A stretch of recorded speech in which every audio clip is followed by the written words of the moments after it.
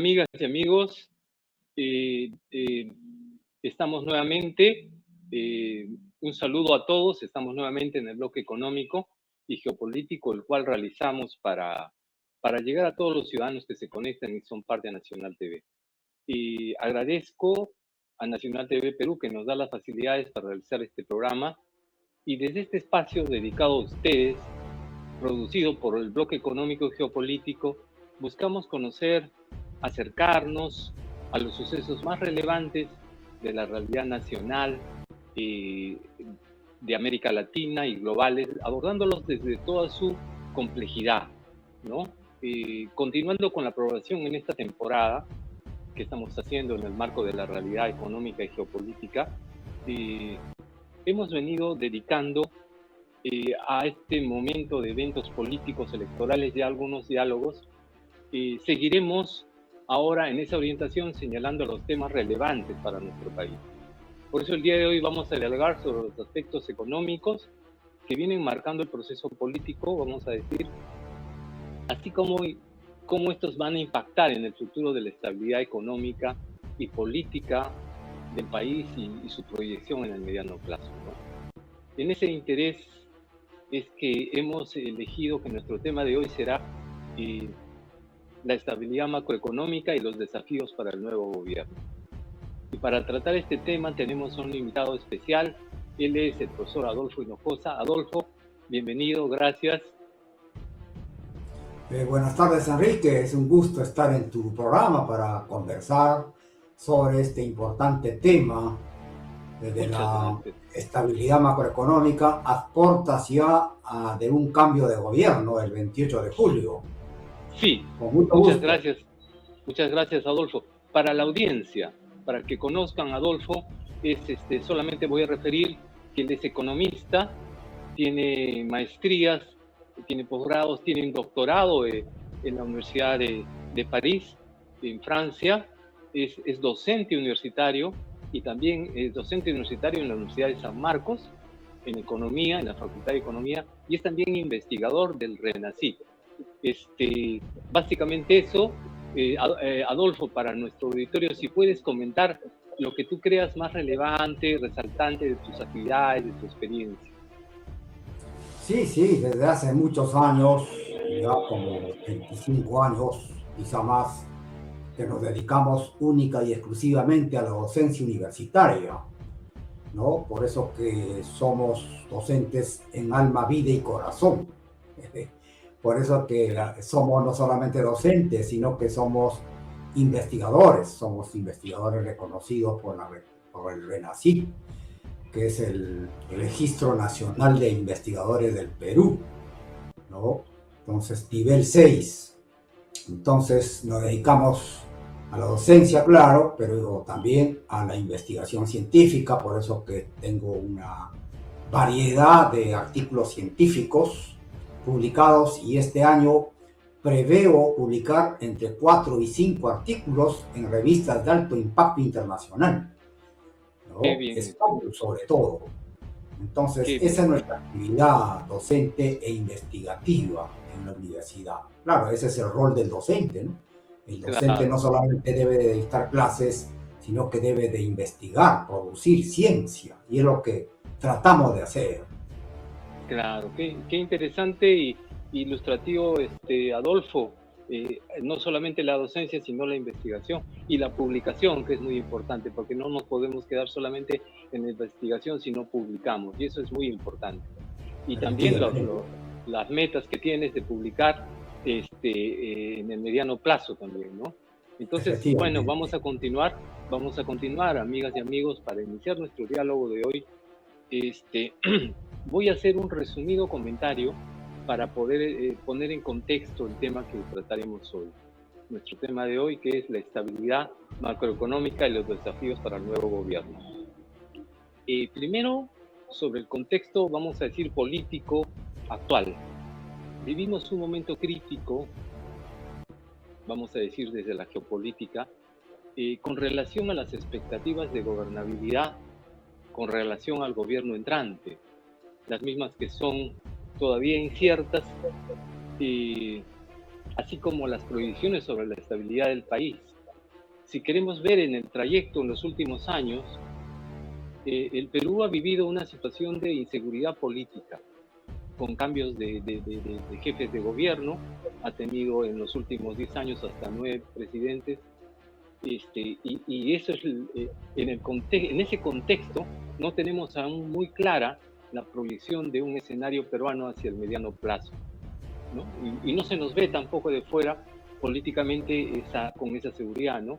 En un contexto global, además, de fragilidad y de crisis.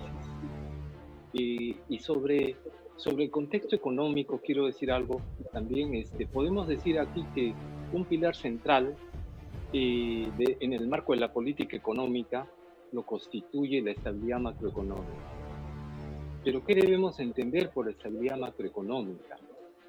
Para nuestra audiencia, en forma muy, muy resumida, quiero decir que la estabilidad macroeconómica hace referencia a una situación en donde no se producen variaciones importantes en las variables económicas. Este concepto está asociado al equilibrio macroeconómico, ¿no? El cual implica que se cumplan principalmente algunos objetivos, como la estabilidad de precios, como el pleno empleo, como el crecimiento económico, como la estabilidad fiscal, como el equilibrio de la balanza de pagos y principalmente, diría yo, una redistribución del ingreso, vamos a decir, que tienda por lo menos hacia una mayor equidad. Y debemos decir también que los aspectos que deberíamos verificar para alcanzar el equilibrio macroeconómico están asociados con variables que son internas, así como variables externas, de las cuales trataremos también en el diálogo. Sobre los desafíos económicos a futuro, y decir que los desafíos que enfrenta a futuro la economía peruana van a poner a prueba los fundamentos macroeconómicos como estrategia de estabilización y crecimiento, donde el contexto de la liberalización y desregulación financiera nos han venido y seguirán llevando a privilegiar esas políticas macroeconómicas de estabilidad, las mismas que seguirán tendiendo a asegurar las condiciones de confianza y rentabilidad deseada por el capital financiero, principalmente extranjero. Dichas políticas, así como los procesos de privatización y control que tenemos de grandes grupos extranjeros de la economía, porque lo podemos señalar que la economía peruana presenta una alta concentración empresarial y con características fuertemente oligopólicas en los sectores principales de la economía, donde muy pocos controlan el mercado y un grupo reducido de empresas, vamos a decir, controla la mayor parte de la producción, la comercialización y la prestación de servicios a nivel nacional. Todo esto, si bien garantiza la obtención de los grados de inversión por los evaluadores internacionales para que los flujos de capital fluyan al país, sin embargo, al final, nuestra inserción es precaria porque es en un proceso de globalización financiero, el cual es parte de la crisis económica financiera global. Solamente para concluir, las debilidades, vamos a decir, estructurales de nuestro país son, para empezar, la fragilidad de los sistemas de salud, de educación, las limitaciones en la educación en los 3 niveles, la precariedad de la atención en los servicios públicos, la falta de previsión de desastres y casi siempre con costos de vidas, ¿no?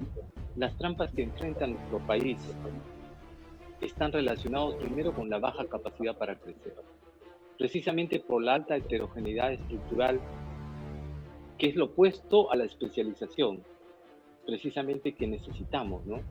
Y segundo, la enorme desigualdad o asimetría en los niveles de ingresos, y la baja movilidad social, ¿no? Que no es otra cosa que el cambio en la situación económica de las familias, ¿no? Cuando ascienden en su calidad de vida, vamos a decir. Solamente eso, como un resumen así muy general, y vamos a iniciar nuestro diálogo con Adolfo. Adolfo, una primera interrogante así muy general.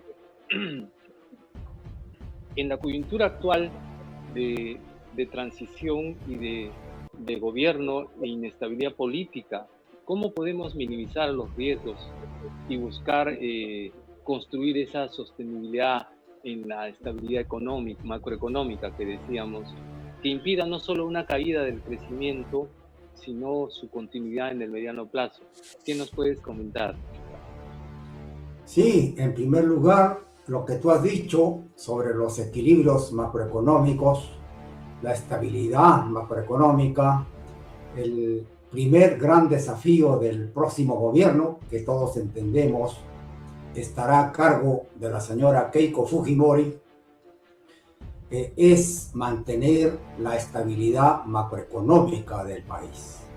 Es decir, mantener una inflación muy baja como la que tenemos, un tipo de cambio bastante controlado y bajo, un déficit fiscal que también felizmente en los últimos meses se ha reducido de manera importante, y otros indicadores fundamentales de la economía que deben de preservarse, y ese es el gran desafío del próximo gobierno.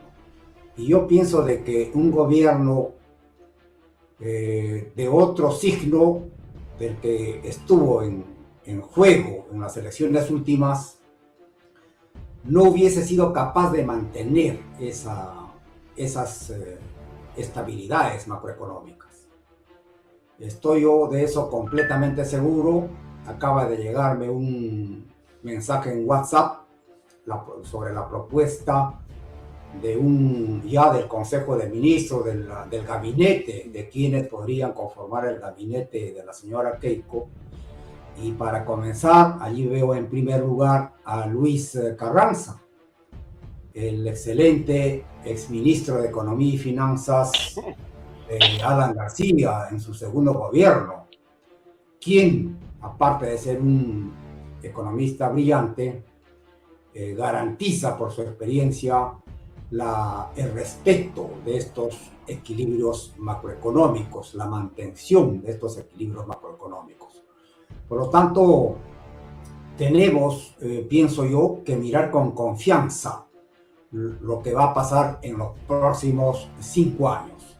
Por eso también de que he visto en las noticias titulares del diario Gestión, por ejemplo, que es un periódico, como todos sabemos, especializado, de que en los últimos días el flujo de inversión extranjera se ha incrementado en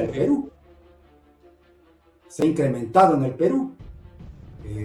Gracias justamente a las garantías que va a dar la señora presidenta al capital internacional, a la inversión privada nacional, lo cual es un buen signo para tener y preservar esa estabilidad macroeconómica de la cual estamos hablando. Sí, me parece muy importante, Adolfo. Es importante mantener la estabilidad y el crecimiento, ¿no?, de la economía en el mediano plazo, más en una situación de dificultad, vamos a decir, y de crisis, ¿no?, de crisis global y de inestabilidad global. Entonces, mantener ese crecimiento. El tema, como decíamos nosotros ya también en la introducción, tenemos que hacer inclusiva la economía. Ese es de repente el tema pendiente, que la economía sea inclusiva, ¿no?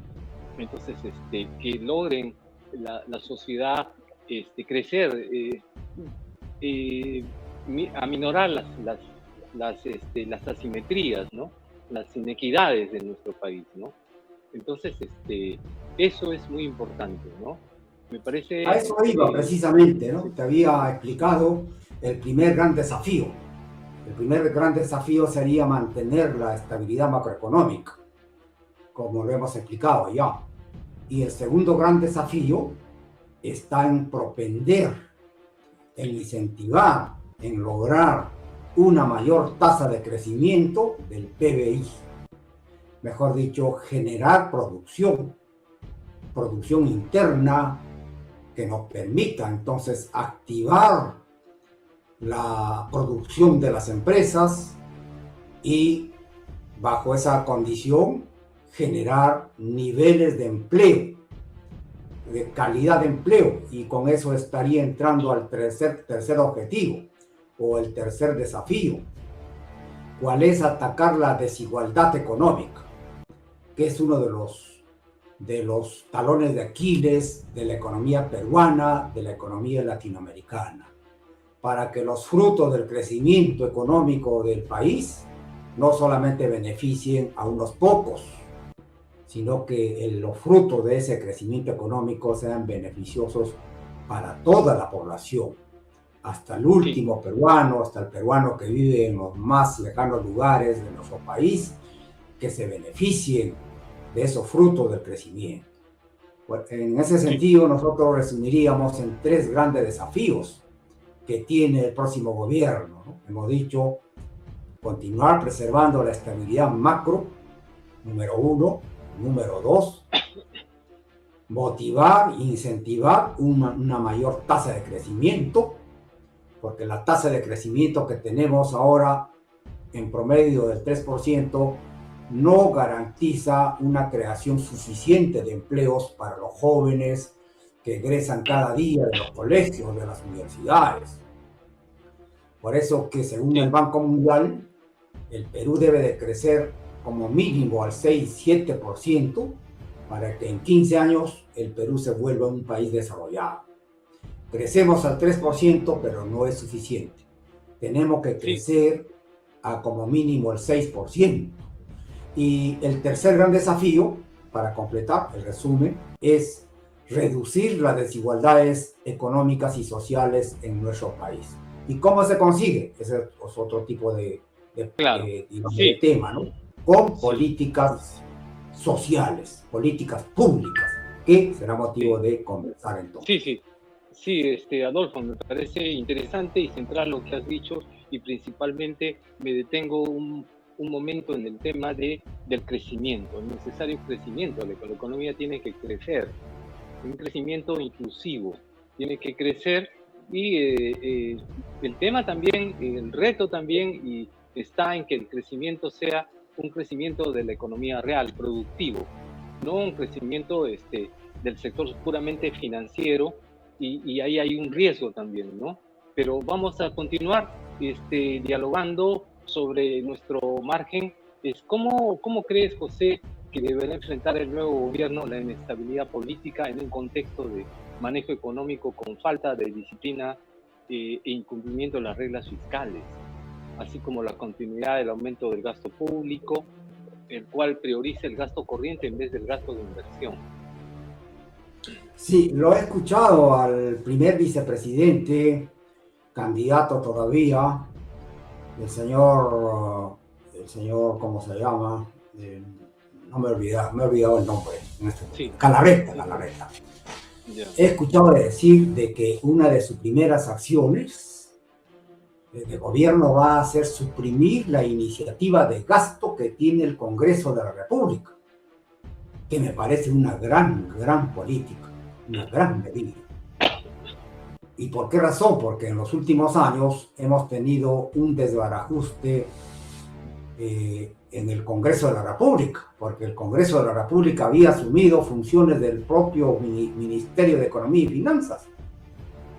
Había asumido funciones que no le corresponden, de propiciar un gasto mayor a las capacidades económicas y financieras que tiene el país. Y es por eso que hasta diciembre del año pasado se aumentó el déficit. Creo que se superó el 2.5% hasta el año pasado, diciembre. Como dijimos, felizmente en estos últimos meses el déficit se está reduciendo, y en buena hora. Pero ese déficit del 2.5% del año pasado obedece a políticas que no le correspondían al Congreso de la República, tal como, por ejemplo, legislar sobre un aumento generalizado de las pensiones de los profesores. Como yo digo, está bien que pueda aumentárseles a los profesores, porque ganan sueldos muy mínimos, pero no en la proporción que se plantea, que haría que el presupuesto nacional explote con ese tipo de políticas que estaría tomando el Congreso. Igualmente diría yo, la autorización para el pago de pensiones del personal militar de las Fuerzas Armadas y policiales, que también me parece que no es conveniente, porque aumenta el gasto público, ¿no? Y sobre ese punto tú has dicho, ¿no? De que lo principal aquí en los próximos 5 años es que tiene que priorizarse el gasto no corriente, los gastos en capital. Claro. Porque sabemos nosotros, tú y yo, porque tú eres profesor también como yo de finanzas públicas en la universidad, de que casi el 80% del gasto del Estado se va en gastos corrientes. ¿Y en qué consisten los gastos corrientes? En gastos en pagos de sueldos y salarios y en la compra de bienes y servicios. Y solamente el 20% se designa para la inversión en infraestructura física de los diferentes sectores que tenemos en el país. Por lo tanto, se tiene que reestructurar el gasto y se tiene que reducir el tamaño del Estado en términos del tamaño de la burocracia que tenemos en el país. O por lo menos estopear, quizá no reducir, porque no planteo que se digamos, licencia a los trabajadores, no planteo, sino que ya parar, estopear, por eso digo, en la contratación de nuevo personal y privilegiar el gasto público, pero en gasto de capital.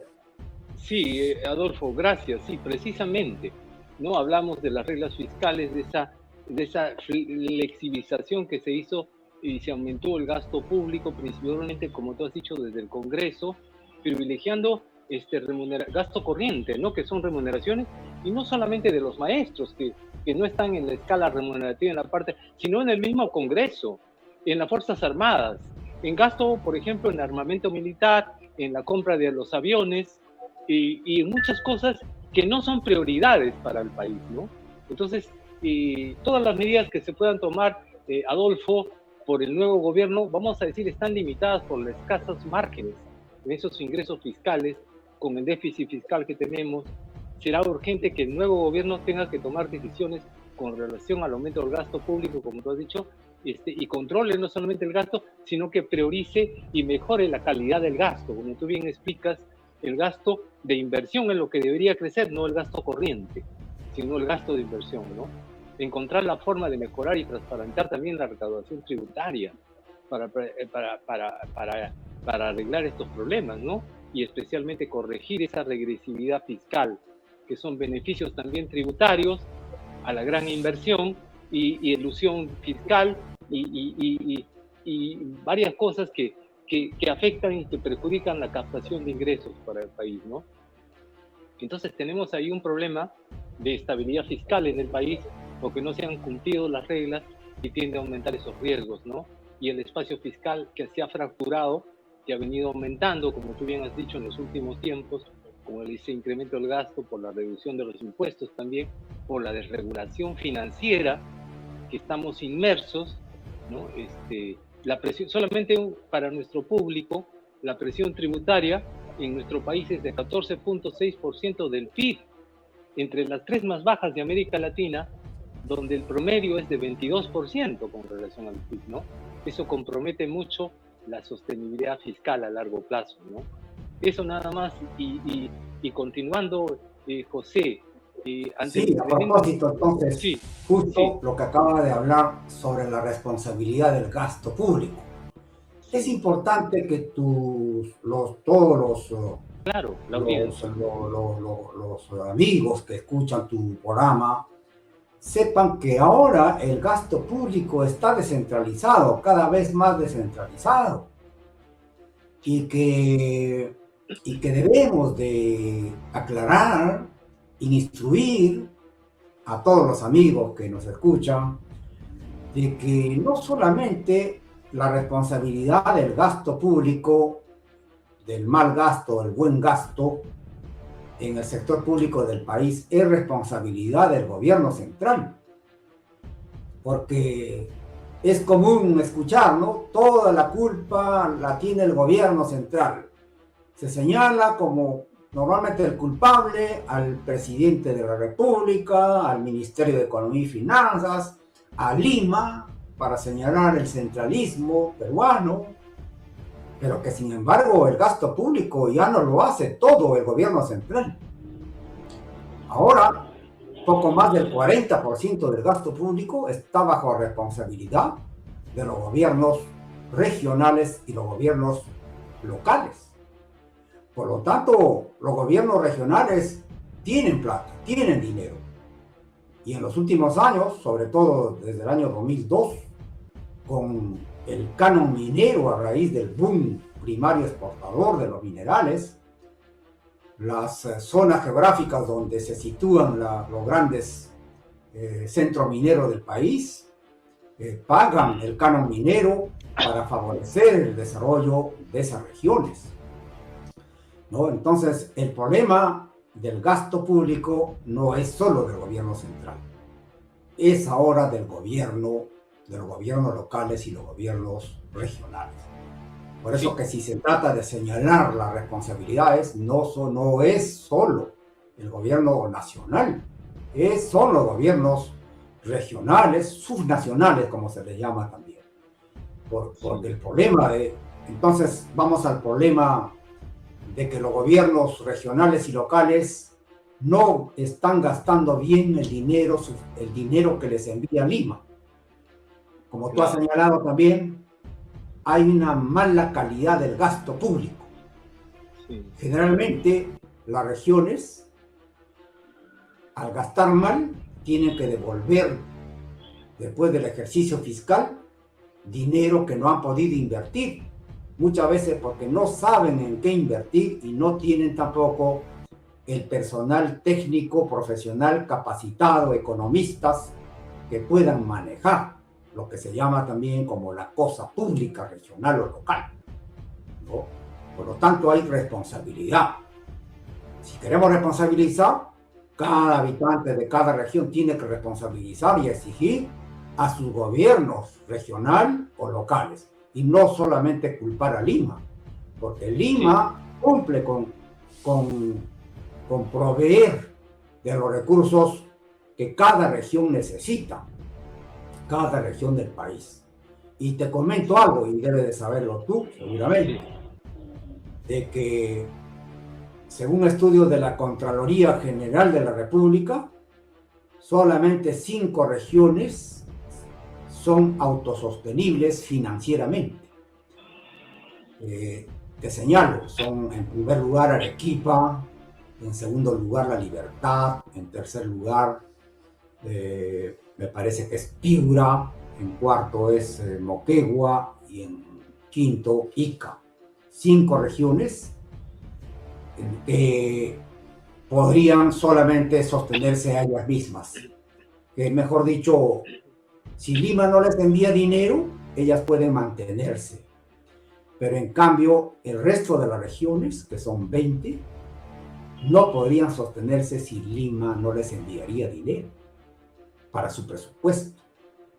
¿Por qué? Porque esas regiones no generan los suficientes recursos presupuestales para poder gastar. Por eso que en cierta medida Lima estaría subvencionando a esas regiones.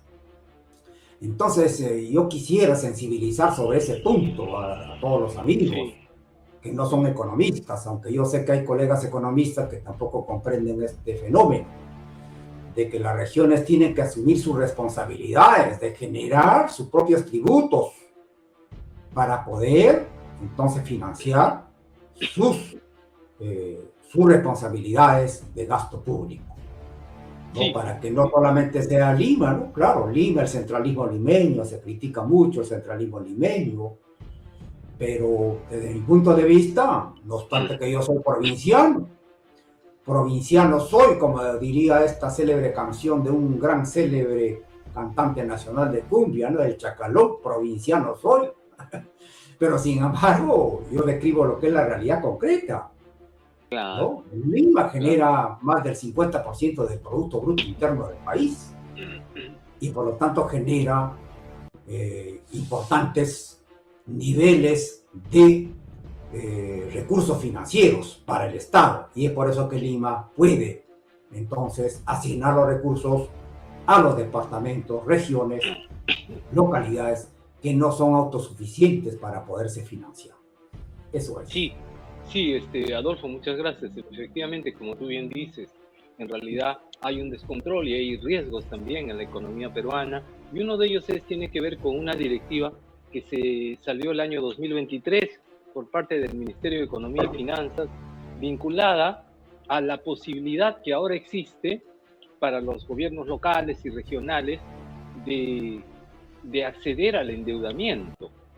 Y eso es un poco delicado, porque como tú bien dices, cuando no hay capacidad de autosostenibilidad y además hay una agenda que hay que cumplir, de compromisos en el nivel nacional, no solamente central, regional y local, el tema de todas las agendas que tenemos, obligaciones, vamos a decir, supranacionales, como la Agenda 2030, donde se cumplir con todo y con la falta de recursos propios, permite ahora a gobiernos regionales y locales tener una billetera fácil, vamos a decir, que es un nivel del endeudamiento, que no va a estar y no está desde el año 2023 registrándose en la deuda. ¿Por qué? Porque no está en el presupuesto público para el año siguiente, o sea, para este año. Yo, dentro del ejercicio fiscal, puedo concertar endeudamiento, si soy una ejecutora, en el nivel regional o en el nivel local, y eso no está figurando todavía para el tema de las estadísticas de deuda, no está figurando, lo cual es un poco delicado y riesgoso, porque nos pone en una situación de que estamos un poco descontrolados en ese sentido, y si no hay un control vinculado al gasto, y como hemos dicho, hemos coincidido en decir de que lo que tiene que aumentar es el gasto de inversión, no es el gasto corriente.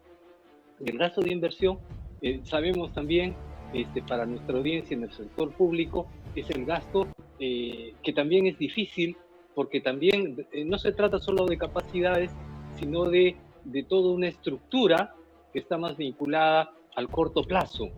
Estamos un poco acostumbrados a vivir también más en el corto plazo, y también se hace desde las instancias de gobierno, ¿no? Políticamente el presupuesto es inercial y es incremental, y básicamente miramos el corto plazo y no estamos acostumbrados al mediano y a largo plazo. Eso es una de las debilidades también que tiene y que debemos, como tú bien dices, también tener en cuenta para reducir los riesgos potenciales que tenemos a futuro. Cuando gastamos y a veces lo hacemos desde el tema político, por el tema de las campañas y todo eso, no vemos la necesidad y las dificultades que podemos tener en un mediano plazo. Y continuando, Adolfo, con este diálogo precisamente, hemos hablado del aumento del gasto público, pero en el incremento de los niveles de deuda del país hay también un riesgo, ¿no? La caída de esa recaudación tributaria, habíamos dicho, que se agrava por las leyes de aumento del gasto como en el Congreso que hemos comentado, además de los riesgos financieros globales. ¿Qué nos puedes decir de estas dificultades, de estos riesgos? Sí, como tú bien has dicho, tenemos una presión fiscal cercana al 15%, lo cual es una tasa bastante baja, ¿no? Con relación al PBI. Eso quiere decir de que no nos nivelamos con el promedio de países latinoamericanos, y que el Estado no está recaudando suficientemente los impuestos que debería hacerlo, ¿no? Pero esa baja recaudación obedece a muchas razones. Tú sabes que dentro de la estructura de la recaudación tributaria, en los países desarrollados, la base tributaria reposa en los impuestos directos. Sí. Y en segundo lugar en los impuestos indirectos. Pero en el caso de los países en desarrollo como nosotros, la base tributaria, y ese es el caso del Perú, la base tributaria reposa en los impuestos indirectos y no en los impuestos directos. Por eso que la mayor parte de la recaudación financiera del Estado en tributos se basa en el IGB. En términos porcentuales, por lo menos casi el 60% de los tributos provienen de los impuestos indirectos. Todo lo contrario de lo que acontece en las naciones avanzadas. Y entonces, esa situación estructural tiene que cambiar. ¿Por qué? Porque un sistema tributario sano debe hacer que los tributos reposen en los impuestos directos. Ahora, si analizamos los impuestos directos, distinguimos dos tipos de impuestos principalmente.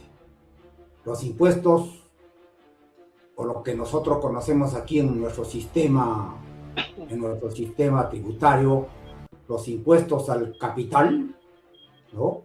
Y los impuestos al trabajo. El impuesto a la renta al capital y el impuesto a la renta al trabajo, ¿no es cierto? Que concretamente al trabajo son la cuarta y quinta categoría, y los impuestos a la renta de las empresas del capital son primera, segunda, tercera categoría. Entonces el problema es de que en nuestro país el sistema tributario, analizando ya más en profundidad, reposa en los impuestos a las empresas, a la renta de capital, claro, a la diferencia de los países avanzados, donde el sistema tributario de manera concreta en cuanto a los impuestos directos reposa en los impuestos a la renta del trabajo, mejor dicho, trabajo independiente y trabajo dependiente. Sobre todo, entonces, el sistema tributario de esas naciones avanzadas reposa en la recaudación que proviene de los sueldos y salarios de los trabajadores, y no tanto paradójicamente de las empresas como podríamos pensar, ¿no? Estados Unidos, que es la tierra de las grandes firmas multinacionales, no recauda principalmente de estas grandes firmas multinacionales que dominan el mercado económico, financiero mundial, las tecnológicas, etc. No recauda fundamentalmente, recauda, claro, de manera importante, pero lo central de la recaudación está en la contribución de los trabajadores norteamericanos. Sí. Entonces, la pregunta es, ¿por qué en el Perú no sucede eso? ¿No? Porque la base tributaria en el Perú reposa, hemos dicho, los impuestos indirectos, pero si nosotros vamos a analizar los impuestos directos, ahí el Estado peruano recauda más sobre la base del impuesto a la renta del capital y no del trabajo, como normalmente debería ser, o por lo menos mitad, ¿no? Mitad empresa, mitad trabajo, pero acá en nuestro país es más empresas y menos trabajo. Pero la pregunta es, ¿por qué? ¿Por qué el sector trabajo no contribuye suficientemente a generar tantos impuestos que necesita el Estado peruano? Por una razón sencilla, que todos lo sabemos también, porque la tasa de informalidad laboral es extraordinariamente elevada en el Perú. Sabemos que el 75% de la masa laboral en el Perú, de la PEA, pero nosotros conocemos como la población económicamente activa, es decir, personas que van desde los 15 años hasta los 65 años en edad de trabajar, el 75% lo hace en condiciones informales. Es decir, ¿qué quiere decir esto? ¿No? De que no tienen calidad de trabajo. Sobre todo no ganan por lo menos un sueldo mínimo, ganan un sueldo por debajo del mínimo. Y entonces con sueldo mínimo, con sueldo que no ni siquiera alcanzan el sueldo mínimo, es imposible que puedan contribuir al fisco nacional, ¿cierto? Claro, ese tema tiene que ver ya con otro, por supuesto, con el por qué el trabajador peruano, digamos, no puede contribuir como debería contribuir y por qué se mantiene en la informalidad. Eso tiene que ver con otros elementos que nosotros conocemos y tiene que ver con la productividad de la economía. Yo tengo un ejemplo técnico. que, para concluir, Enrique, Sí. tengo un artículo científico justamente que versa sobre eso, está en evaluación de pares ya, en este momento en la Universidad de Antioquia de Colombia, que he trabajado ese tema sobre la relación de la informalidad con la productividad de la economía peruana, ¿no? Ahí hay un punto neurálgico, problema fuerte en la economía peruana. Sí, Adolfo, gracias. Sí, efectivamente, como tú dices, acá hay un tema importantísimo, el margen del Estado para enfrentar las situaciones de crisis y inestabilidad global, cuando necesita financiar medidas extraordinarias, si no existe ese margen de maniobra, decíamos, de recursos, porque el modelo, esto para nuestro auditorio, como lo ha dicho Adolfo muy bien, ¿no? Los impuestos se financian por el lado básicamente de los impuestos indirectos en la economía y no de los impuestos directos. Los países, el promedio de los países de la OCDE, que son los países desarrollados, es al revés. Son los impuestos directos los que financian la recaudación. Acá tenemos un modelo que se llama regresivo. El modelo regresivo es ese. La regresividad es que el financiamiento lo estamos pagando todos en forma indirecta, a través del IGB y los impuestos indirectos, ¿no? Y como tú has dicho también, en una parte por el trabajo, el capital del trabajo y del salario, y no tanto el capital empresarial. Y ahí tenemos un problema también por esa menor ingreso que ha afectado y que es una tendencia también, hay que decirlo, que es la desregulación financiera. La desregulación financiera, parte de esa regulación financiera también exige precisamente eso, ¿no? Que las grandes empresas cada vez paguen menos. Y eso es uno de los riesgos y peligros de la financiarización.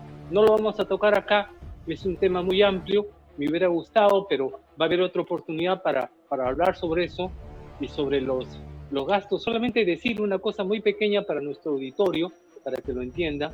También tenemos que hablar de que el modelo regresivo no es un modelo progresivo, que sería lo opuesto, ¿no? Como ha dicho Adolfo. El modelo es regresivo también porque afecta también en los ingresos fiscales, la aprobación de las exoneraciones, la continuidad de beneficios tributarios y fiscales a la inversión principalmente extranjera, ¿no? La inversión extranjera directa. Entonces, todo eso de alguna manera daña y afecta la capacidad que tenemos de captar recursos. Y un tema solamente para terminar, que me hubiera gustado, que era un punto de nuestro diálogo, pero lo vamos a tratar con Adolfo en otra oportunidad, es precisamente de esa gran población de nuestro país que se mueve en el sector informal, que pasa el 75%, posible más del 80% se mueve en el sector informal, y de que existe también una economía sumergida en nuestro país. Esos temas, por ejemplo, no los vamos a tocar porque ya se nos ha acabado el tiempo. Adolfo, discúlpame, solamente estamos, no, sí, entiendo, por eso, entiendo. Sí, estamos contra el tiempo. Solamente quiero, en la medida de lo posible, tus palabras a modo de conclusión y de despedida para concluir, Adolfo, y vamos a continuar después con este diálogo. Sí, muchas gracias por haberme invitado y también agradecer a tus oyentes por haberme escuchado. Y yo confío, tenemos confianza, de acuerdo a nuestros análisis y las perspectivas futuras del nuevo gobierno, tenemos confianza de que vamos a tener una economía estable, por lo menos durante los 5 años. Y si el gobierno toma las decisiones que corresponden, pienso que vamos a crecer más allá del 3%, llegar por lo menos al 5%. Eso Muchas es todo gracias. lo que podría decir. Sí. Muchas gracias, Adolfo. Te agradecemos por compartir tu experiencia, tus conocimientos con relación a este tema. Volveremos a encontrarnos para seguir conociendo y explicándole a nuestro público todos los puntos pendientes y relevantes de este tema tan interesante. Amigas y amigos, seguiremos exponiendo y señalando las implicancias políticas y económicas de esta coyuntura que estamos viviendo. No hemos terminado. De esta oportunidad, con Adolfo solamente hemos tocado así a grandes pinceles este tema, y lo vamos a seguir tratando con él y con otros invitados. A todos ustedes y amigos, muchas gracias por dedicar el tiempo a vernos y escuchar este diálogo. Volveremos a encontrarnos. Muchas gracias. Hasta luego. Hasta la próxima. Hasta la próxima. ¿Sabías que Nacional TV Perú está disponible en más de 100 empresas de cable teleoperadores a nivel nacional? Nuestra señal llega a todas las regiones del país. llevando información y entretenimiento a todos los peruanos. Así es, Carly. Estamos en costa, sierra y selva. Nacional TV Perú siempre está contigo conectando al país con contenido de calidad. Además, puedes seguirnos en línea a través de nuestra página web, www.nacionaltvperu.com. Es la forma más fácil de vernos desde cualquier dispositivo, estés donde estés. No olvides seguirnos también en nuestras redes sociales para enterarte de toda nuestra programación y las noticias más importantes del país. Nacional TV Perú está presente en cable y en línea. Somos el canal que une a los peruanos.